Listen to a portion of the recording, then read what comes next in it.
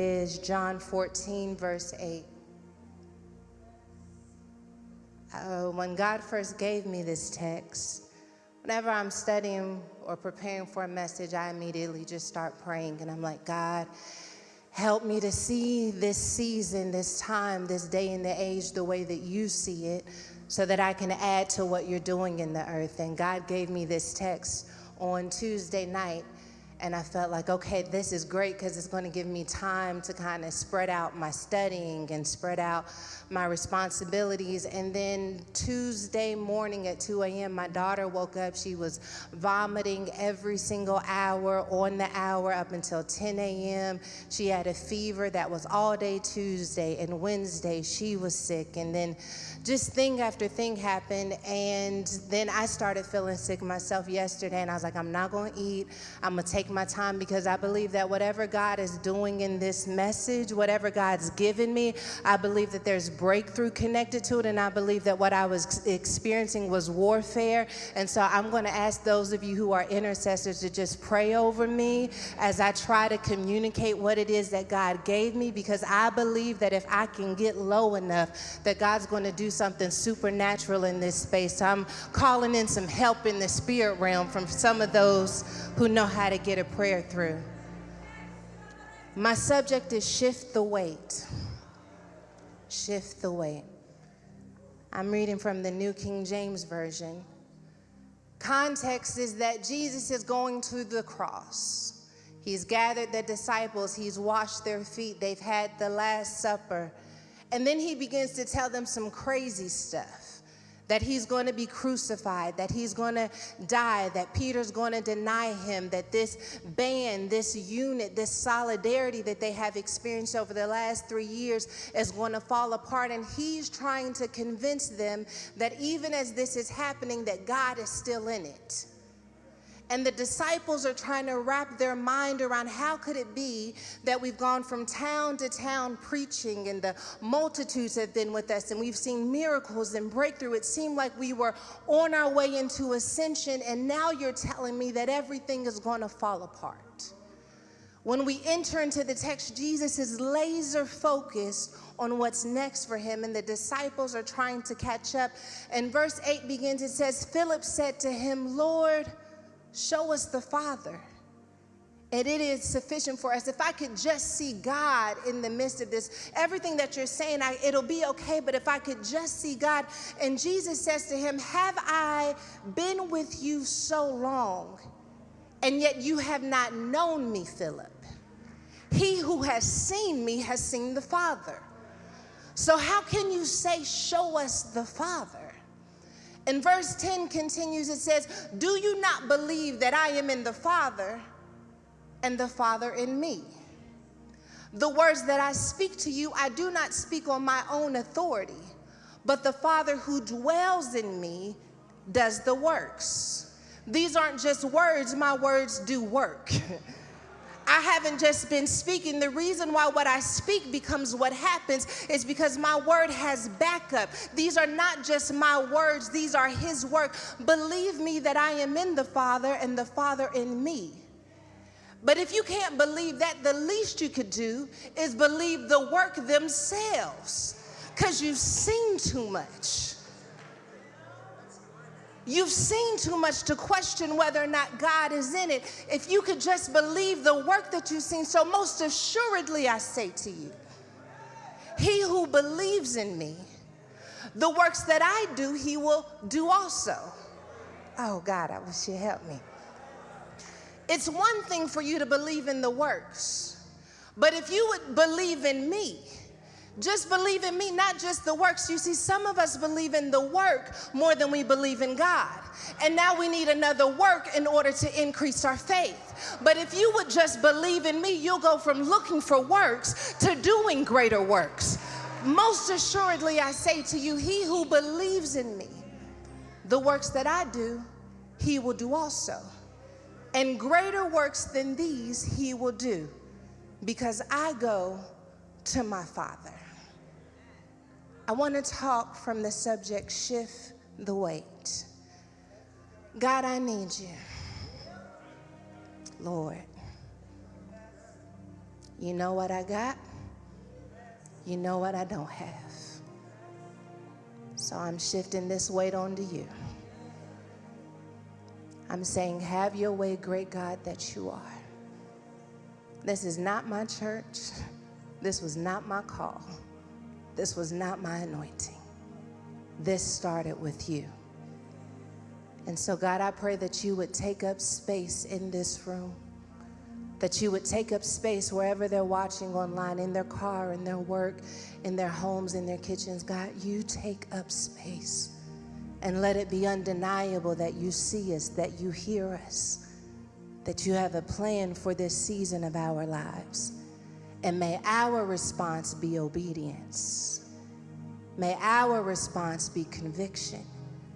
May we not just hear the word, but be doers of the word. In Jesus' name I pray. Amen.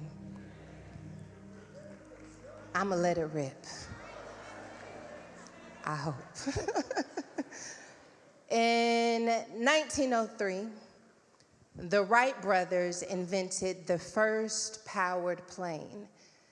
Many of you all know this already because we learn it when we are in grade school. And they talk about this incredible invention because up until then, there were glider planes. These were planes that weren't powered by engines. They were powered by aerodynamics and taking off from heights, and they would use the air in order to just glide in the air. But engineers were on a mission to figure out, how do we make planes fly powered by some type of mechanism that is attached to it? And the Wright brothers ended up finding a way to take a piston engine. This is an engine that is connected to propellers. And these propellers are able to take the air and then allow that energy to be channeled into power. And in 1903, this revolutionary invention changed the landscape of how we do travel. These propeller planes would be used not just in transporting goods. It would become a source of a tool used for military aircrafts. It would become even commercial planes. We're all using this technology that allowed for you to take propeller engines and have this powered engine plane. And as cool as it was that they had this new invention that would allow you to get things transported more quickly, as cool as it was that they had this device that would allow you to oversee military operations, there were still some limitations. And engineers began to recognize that some of the limitations connected with these propeller planes was that they couldn't go very fast. They couldn't travel very long distances. They couldn't go very high. And so while it was very cool that it existed, there was still an element of work that needed to be done in order for them to get a type of machine that would allow for the breakthrough that they wanted to see happen in different fields and industries of that time. They needed to come up with a plane that would allow you to soar higher, to get above weather systems. They needed to come up with a plane that would allow you to go longer distances. And so they began to figure out, how do I go higher? How do I go longer without losing the ability to fly? Because part of the reason why they were able to figure out how to get the plane in the air is that there was this balance between weight and efficiency that allowed for them to have takeoff. And the issue with wanting to go higher and faster and longer distance is that it would require the plane to be heavier. They needed a bigger engine. They needed bigger fuels. They needed a plane that could withstand the elements of going higher. And so they were trying to figure out, how do I add more weight and still go higher?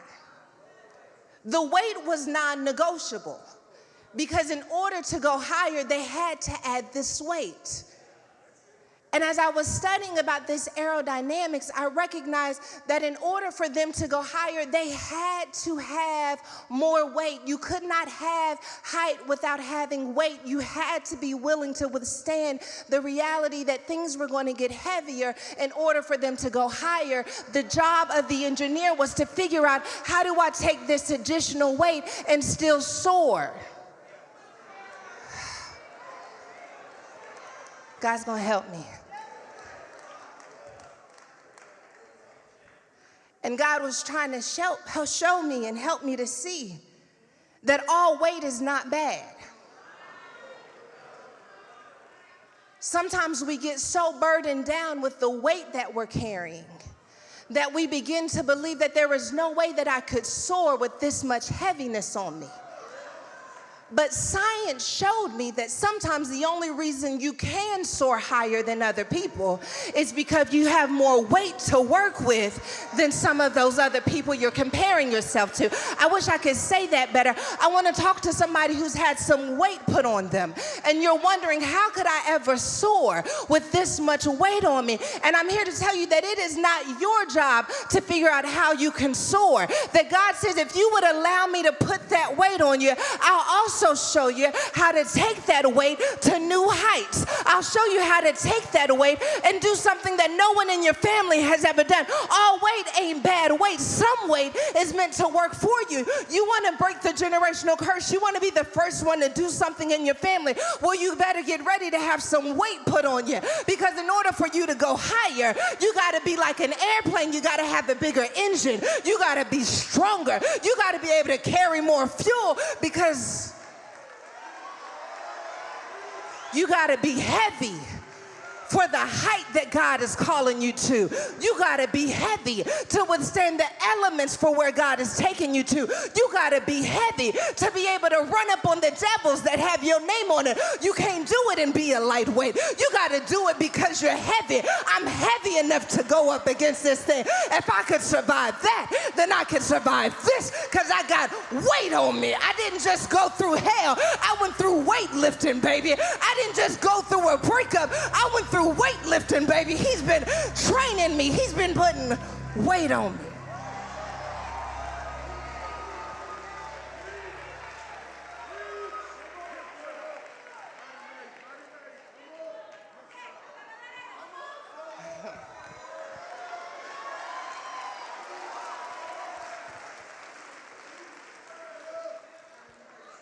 The greater the altitude, the longer the distance, the heavier the weight.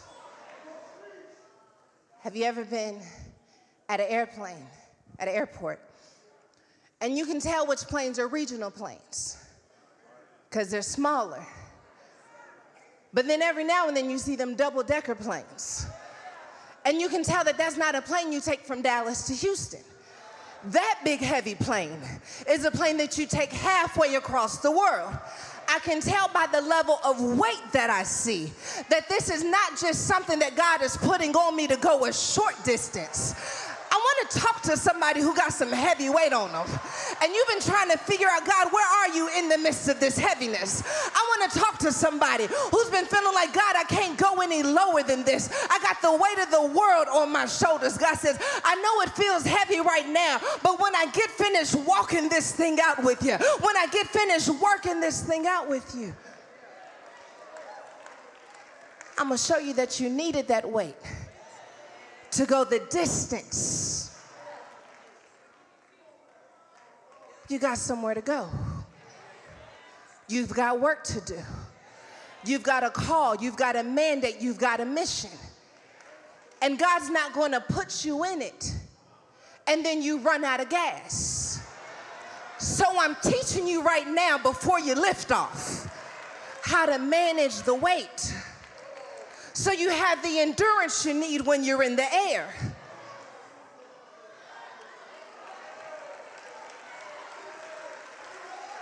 We won't crash out. Nudge your neighbor and say, I won't crash out. I won't crash out. I've been lifting for this. I've been training for this. I've been praying for this. I've been worshiping for this. I went through too much heartbreak to crash out. I went through too much pain to crash out. I went through too much depression to crash out. God stopped the gun from working. I shouldn't even be here. But for some reason, them suicidal thoughts had to leave me alone because I had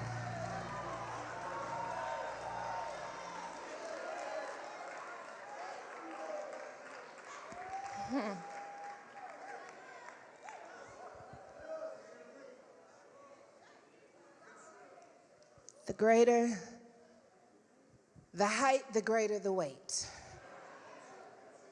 The greater the height, the greater the weight.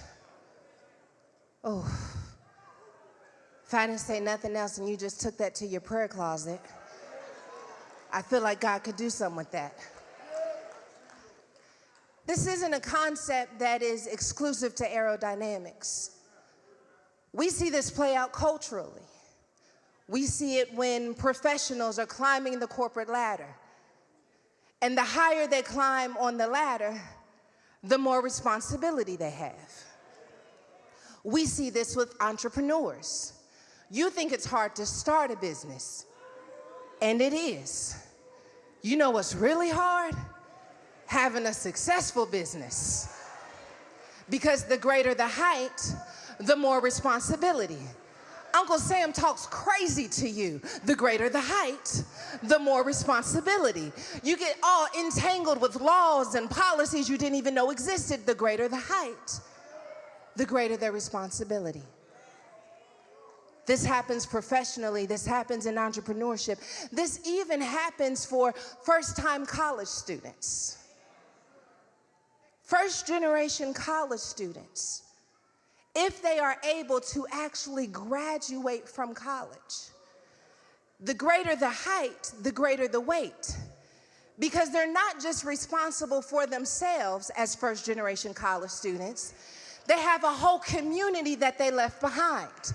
And while some people have the luxury of being able to establish generational wealth, some people who are first-generation successes, first-generation college students, are not able to build wealth at the same rate as their counterparts because they have a responsibility to take care of those who are still stuck in the systemic policies that sustain a racial wealth gap. So there is no question as to why those in especially African American and Latino communities struggle more than others, because they have more weight on them. Yes, I got a little bit higher, but I had more weight on me. Yes, I would have been able to save more, but I had more weight on me. We have to recognize that for disadvantaged communities, the greater the height, the greater the weight.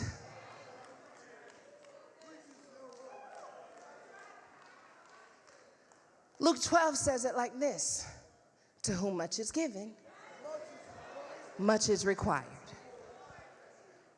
The more that I give you, the more that I expect from you.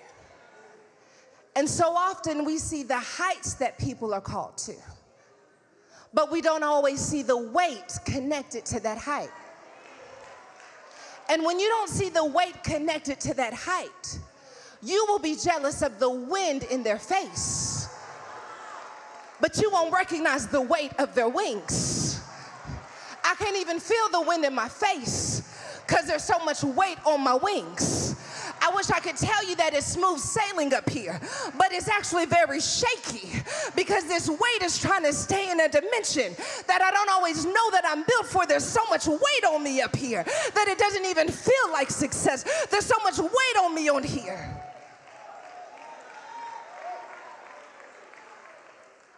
That a win doesn't always feel like a win. Elisha says, give me a double portion of the anointing. And he got a double portion, but he also got double trouble. Because if I give you a double portion, it's not so that you can save up on the anointing. If I give you a double portion, then I got to send you into spaces that have so much trouble that it makes a demand on the double portion that I gave you. Gideon is down in a wine press, and God calls him up. But then he puts the weight of the nation on his shoulders, because the greater the height, the greater the weight. I know there had to have been moments where David had to have wished maybe I was better off in the field. I was anointed king, but now I'm living in exile. I got a target on my back. I don't have any friends. Maybe my talent would have been better used amongst sheep, because now that people know who I am, they're afraid of who I am. The greater the height, the greater the weight. want to know why celebrities are drugging themselves and trying to kill themselves? Because the greater the height, the greater the weight. Now I'm responsible for things I didn't even know to be responsible for. The greater the height.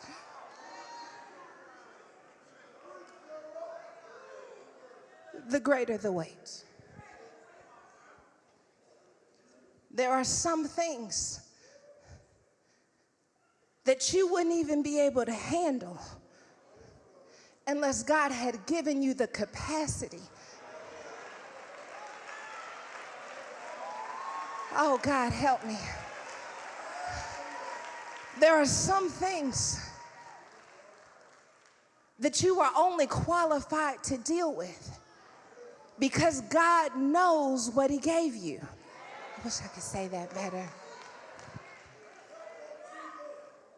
Have you ever seen somebody go through something and thought to yourself, couldn't be me?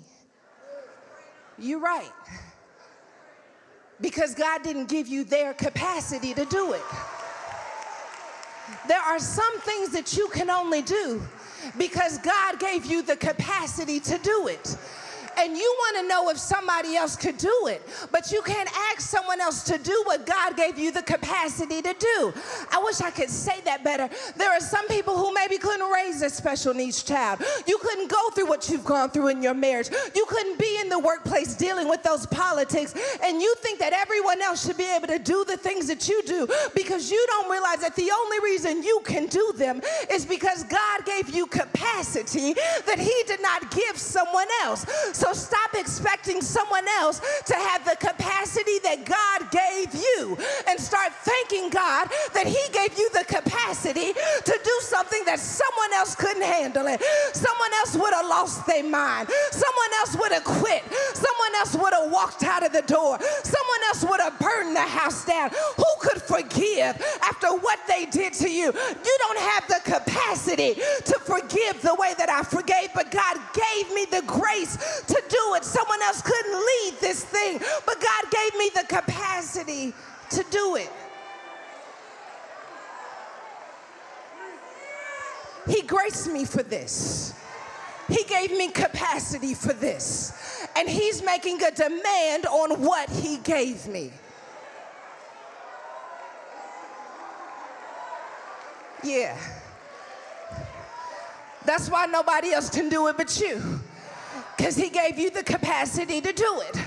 That's why you can stand up and do it, and everyone else would have fallen out. That's why David could be in the cave. God gave him the capacity to do it. I'm anointed, but I'm in a cave. I'm anointed, but I'm undercover. It's not because I'm not anointed. It's because I have the capacity to be anointed and not seen. I have the capacity to be anointed and not need an audience. I have the capacity to encourage myself in the Lord. I have the capacity.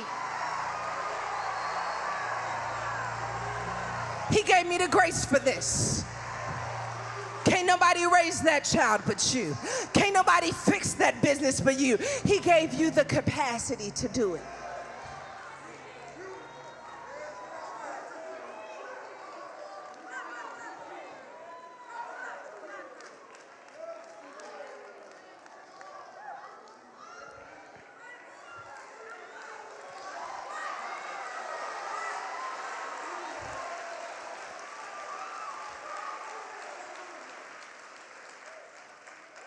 Something happens when you begin to recognize that your distinction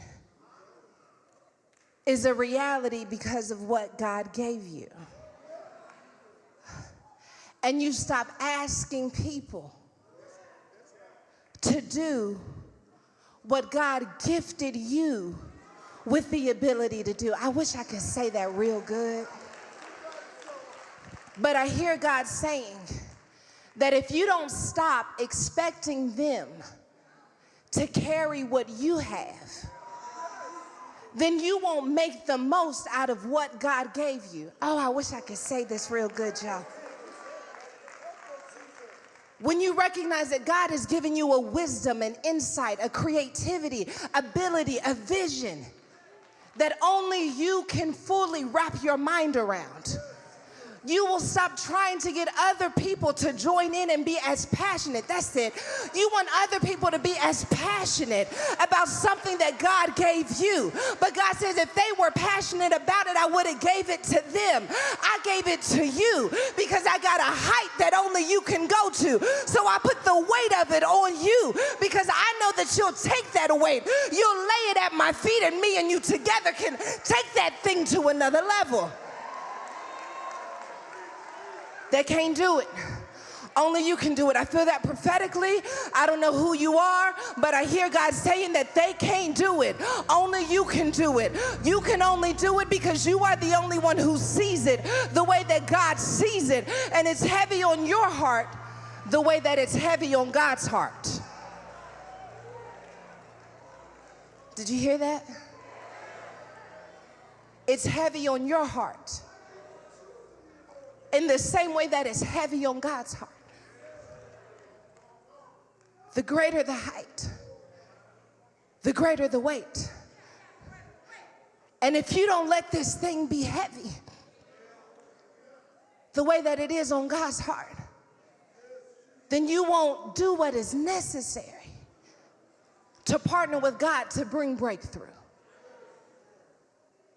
There are some moments where we recognize that we were built to carry a weight that no one else could carry but us.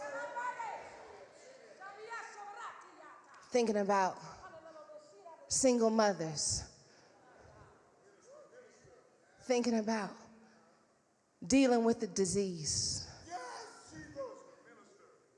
Thinking about the pain and the brokenness that we have to navigate in this thing called life.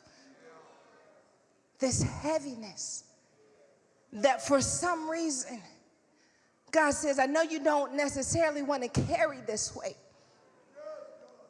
And someone else may not be able to handle it. But I've made it possible for you to handle this weight. If you trust me, if you lean into me, if you stop trying to split the responsibility with somebody else, I'm going to show you that we can carry this weight together.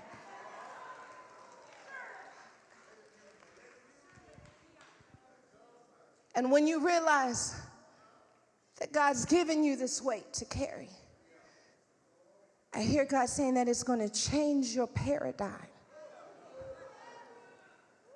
I hear God saying it's going to change your worship. I hear God saying that it's going to change this idea that God didn't give you something to work with. Oh, I wish I could say this good, guys. God says, I gave you something. Capacity for survival, for courage, for resiliency, for perseverance, for tenacity. Somebody else would have stayed in prison. Somebody else would have been in jail, but I gave you capacity that I didn't give anyone else. And when you lean into that, it's going to change things. There are moments when we realize that this weight, this life, this existence, maybe it would break somebody else, but God gave me the capacity to stand up in it. God gave me the capacity to do it. There were moments where I didn't think I could do it myself, but God gave me the capacity to do it. But before we go, I want to talk about the moments when God gives you a weight that feels too heavy for you to carry.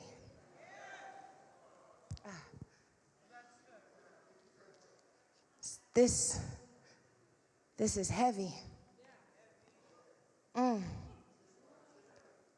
don't know if you've ever had God give you something that felt too heavy for you to carry. I want to be very specific about the weight that occurs in our spiritual development. This is why I think a lot of people end up not being Christians. We're like Christian adjacent, but not like really walking with the Lord. Because part of the process of spiritual development is the higher you go, the heavier you become. And for some reason, no matter how many times we tell people that walking with the Lord is not a cakewalk, that walking with Jesus is not vacation, when you actually step into it, for some reason they act like, no, I thought you meant like, I didn't know that you had meant like every devil in hell was gonna break. I didn't know. I don't care how many times. And then, you can call us prosperity. No. We be trying to tell people don't be trying to listen to us. Because the closer I get to God, the more that the Lord develops me, the more I recognize how far I am from him. Have you ever been heavy just looking at where I am compared to where I'm supposed to be?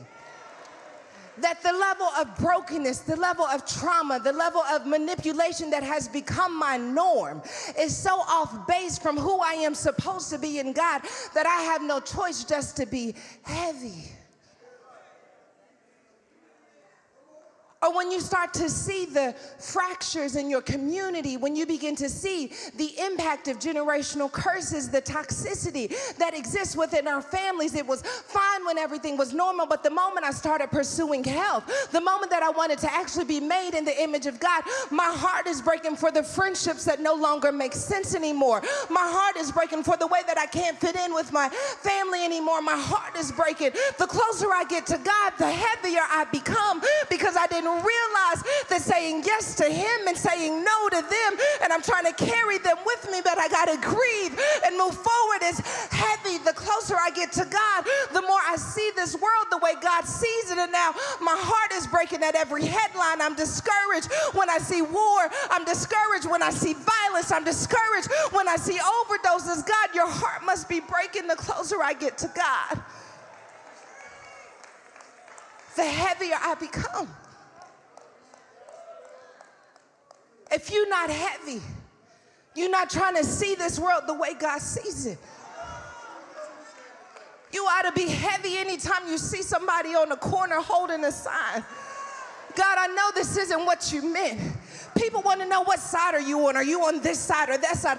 I'm sad that we're even having to choose sides. I'm heavy that this is our reality, that we got to choose between pro-life in the womb or pro-life in the streets. I'm heavy that this is our reality. I don't think that this is what God wanted. I'm heavy looking at this world. Because I can't imagine that these are the choices that God wanted us to make when he created us in the garden. I don't choose a side. I choose heaviness because my heart is breaking that no matter who I choose, somebody's going to be wounded in the process. And I think too much like God to just say, oh, well, I care about what's happening in this world.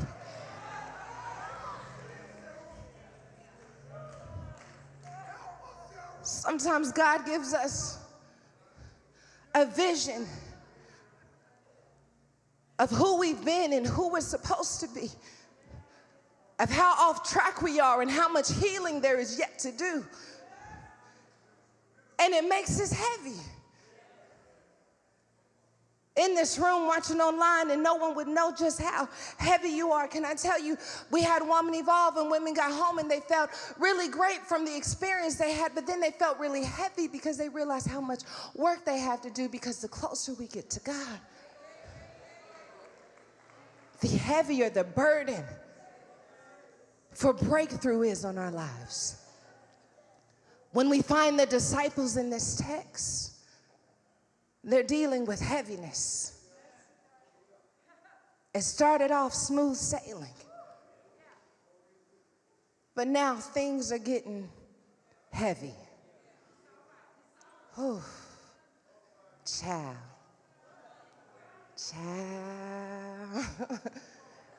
I don't know if you ever had things start off good and then just get heavy. I understand why Philip says, if you would just show us the Father, that'll be sufficient for me. I feel like that is the New King James Version of, may I speak to the manager? Sir, Jesus, Holy Spirit, whichever one of you are available, I need to speak to the manager. Because ain't no way we could go from doing miracles and drawing multitudes to you telling me that we're not going to be able to stick together anymore and you leaving? We picking fights with systems and you're leaving. The disciples are in a predicament because they have graduated, but they didn't realize that graduation is heavy, that the cost of promotion is more weight, that as Jesus gets out of the way, he's got to shift the weight onto them. Now it's your responsibility to continue the work that I was doing. Weight is a sign of trust. When God says, I can trust you with weight, God says it's because I can trust who you have become in the development process. I can shift some weight onto you. We know this as parents, that we give you little by little, we give you more and more responsibility, more and more freedom, because you can handle the weight. And if no one tells you that more weight is a sign of graduation, you will think that there is something wrong with you when things get heavier at a time when you're supposed to be feeling success. And Jesus says to them in verse 9, he says to them, have I been with you so long, and yet you have not known me, Philip? He who has seen me has seen the Father. So how can you say, show us the Father? Okay, first of all, John is not a synoptic gospel. Matthew, Mark, and Luke tell different angles of many of the same stories. But John has this unique perspective on who Jesus is that leans in specifically to who he is as Messiah.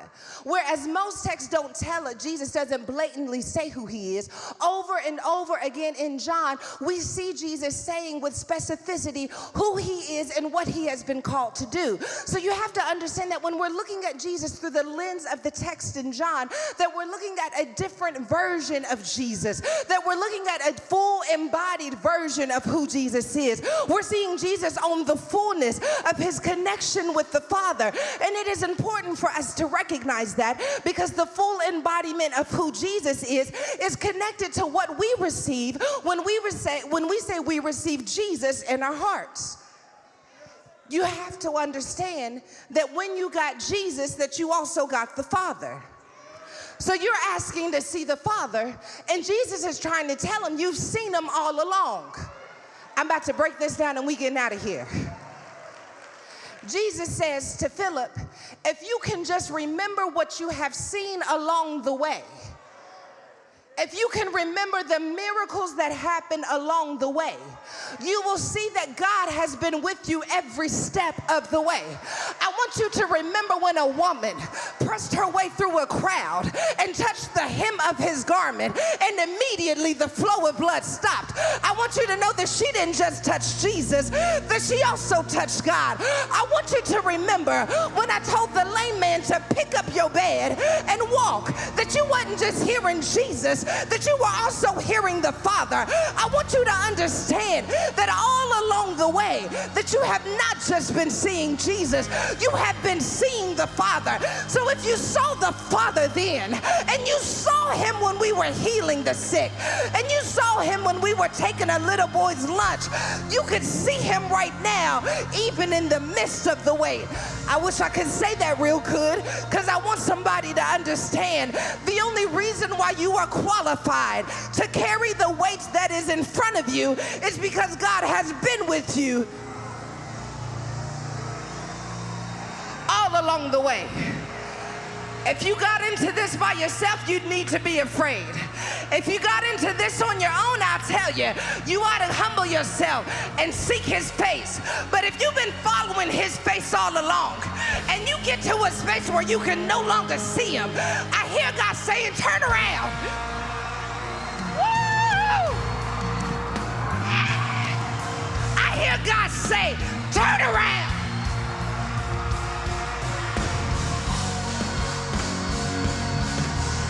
I hear God say, look back over your life. Look back over your life. Remember when I pulled you out of this. Remember when I walked you through that. Remember when I got you over that.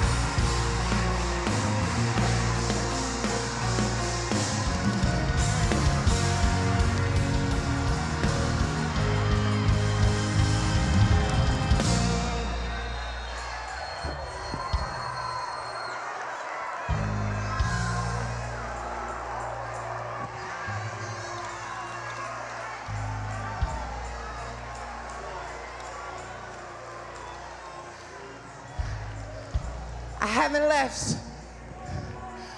I'm not done. I didn't leave you. You just graduated. I didn't change my mind. You just graduated. I want to talk to somebody. And you've been following God and things got heavy. You've been following God and things got hard.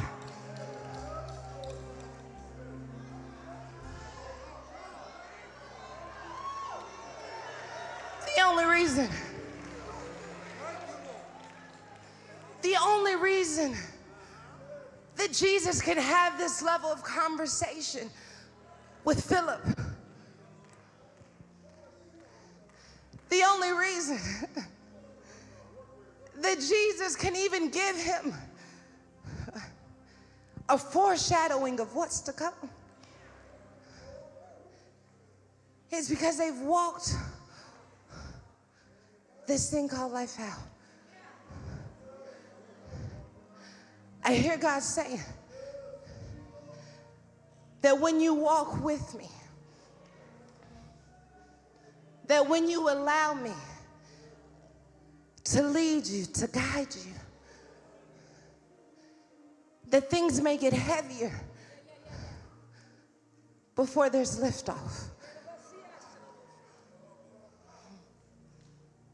I was studying, and I thought that the disciples had a weight problem. They were just heavy from everything that was happening. God told me yesterday, this isn't a weight problem.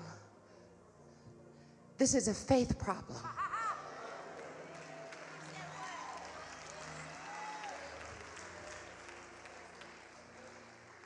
This is a faith problem.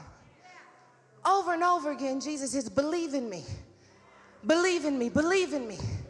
If you believe in me, then this will happen. If you believe in me, if you believe in me, the way won't matter if you believe in me. I know it's heavy, but if you believe in me. I know you're tired, but if you believe in me. God told me to make sure that there was distinction between you believing in him and you believing for things.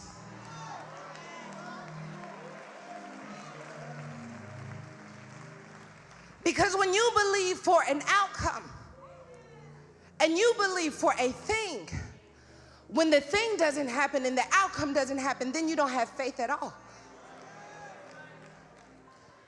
Jesus doesn't do like we would do. He doesn't say everything's gonna work out. Just have faith, everything's gonna work out. Jesus says, believe in me. Oh God. Don't worry about what's gonna happen. Believe in me. That no matter what happens, that I wasn't just good then, that I'll be good now. You gotta believe in me. Don't believe for an outcome. I know you want to be healed. I know you want resurrection power. I know you want things to work out. But I hear God saying a greater place for your belief is not in an outcome. The best place for your belief is to believe in me. Because if you believe in me, no weapon formed against you will prosper. If you believe in me, every tongue that rises up against you, I will condemn. If you believe in me, I'll walk with you every step of the way. And culture has hijacked faith and made it about an outcome. And then when I don't get the outcome, I don't have faith in God. You never had faith in God. You only had faith in your outcome. Because real faith in God says, I can do all things through Christ who strengthens me. I could be rich, I could be poor. I can do all things through Christ who strengthens me. I can be up, I can be down. I can do all things through Christ who strengthens me.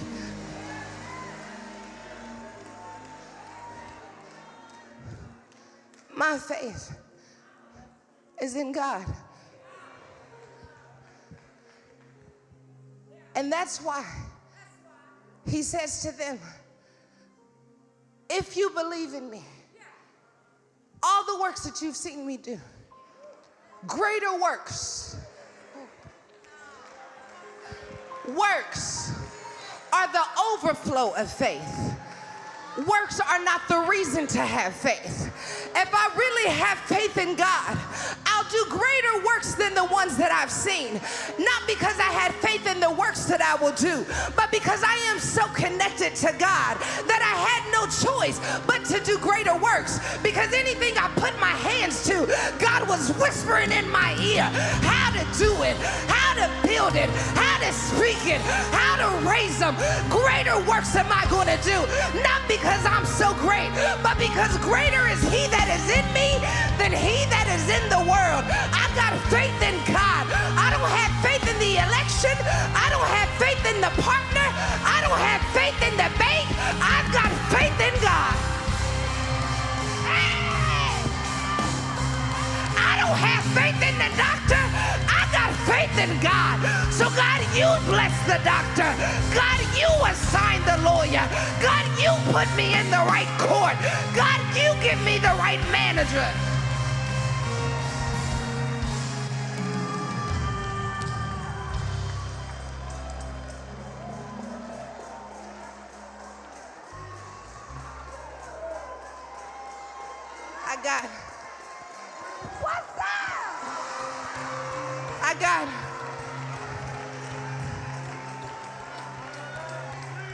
God told me,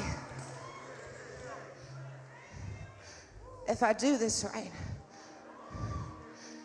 that you would leave with the reality that greater works, they require greater faith, that greater weight requires greater faith. And if all you focus on is the weight and you lose faith, you'll lose access to the strategy that shows you how to take that weight to new heights. If you read all of 14, Jesus says to the disciples, I gotta go. Y'all are so good. He said, but I won't leave you as orphans. I'm going to send the Holy Spirit. I'm going to send you a helper. I'm going to send you truth. I'm going to send you guidance. I'm going to send you wisdom. I got to go. I got to go to greater heights.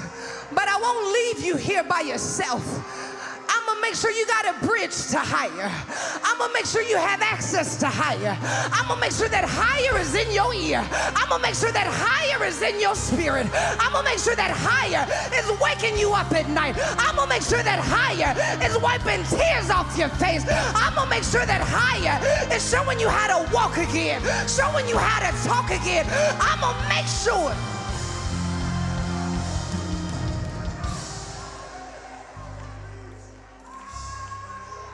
I'm gonna make sure that I don't just leave you here with this weight. I'm gonna make sure that you know that you have someone you can shift the weight onto. Y'all, I'm about to close, but I feel my help coming. Because I want somebody to know that you're not carrying this weight on your own. You got to shift that weight onto the Holy Ghost. You got to shift that weight onto God. You got to shift that weight not by might nor by power, but by your spirit, says God. I'm going to shift this weight onto God. I'm not going to cry another tear about it. I'm not going to stay up another way. God, you brought me in it. God, you're going to have to see me out of it.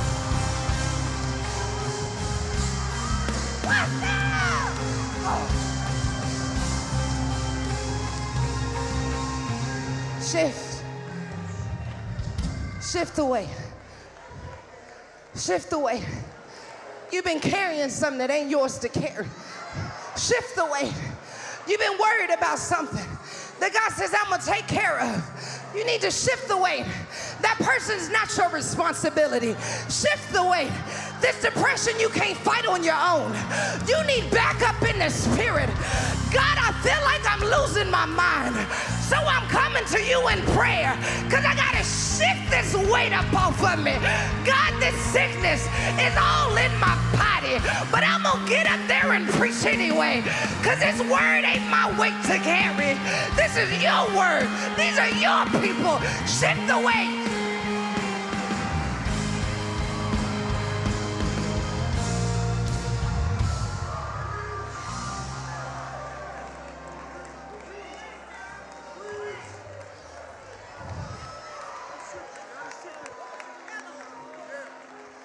If you shift the weight, if you shift it, God will show you how to soar with it. You've been trying to take off on your own, but I hear God saying, if you shift the weight, we can figure it out together. Come unto me, all you who are weary and heavy laden. Shift that weight. Shift that weight onto me and I'll give you rest. Shift that weight onto me and I'll give you peace. Shift that, trust me with it. You've done all you can do. You can't carry no more. Shift that weight onto me.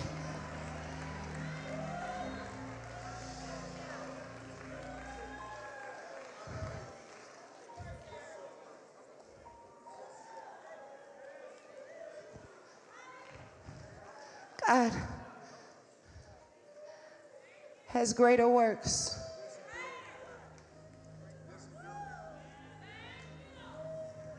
And sometimes you'll feel the weight. Oh, that's what I learned when I study. I say, what does this reveal to me about the character of God? And what this revealed to me is God gives us weight. And then we have to find the faith. Oh. He didn't give the disciples the faith they needed for this next dimension. He said, for this next dimension, I'm going to put the weight on you. But you're going to have to find the faith. How then do I increase my faith? When we receive a word, we have to put that work with that word. Faith without works is dead. That's why you can be in an environment like this and you can have faith. But then you don't add any work to it and the faith is dead. And then not you, but some people you know. Y'all say, something wrong with that church. I got a lot of faith, but nothing happened. What did you do when you left here? With what God gave you? What is your response? There are some steps that many of you need to take by faith. You're not going to have all the answers. It's not going to make sense to everyone else. But your response says, God, I didn't just hear you. I'm moving. I didn't just hear you. I'm moving in the direction of what you said. I don't need you to send me nothing else. I'm going to move in the direction of what you spoke. And then that mustard seed of faith begins to grow because you watered it with your works. You watered it with your actions. I don't know what area of your life God's been speaking to you. And if you're honest, you haven't been obedient. You wouldn't call it disobedient. You would say, can I talk to the manager? You would say, if I could just see God, that'll be sufficient for me. But I hear God saying that many of us are missing out on the opportunity to truly show that we have faith in God, not just in an outcome. Sometimes we're not obedient because we're afraid that if I'm obedient and then I don't get what I thought was on the other side of obedient, then I'm going to be wounded. Which means your faith is in your definition of what a win looks like. But when you have faith in God, I'm not worried about the outcome. My faith is in my obedience to God. So if the outcome doesn't look like what I had in mind, that's okay. Because you must have something in mind that will make sense as I continue to follow you. My obedience cannot stop at the place of an outcome.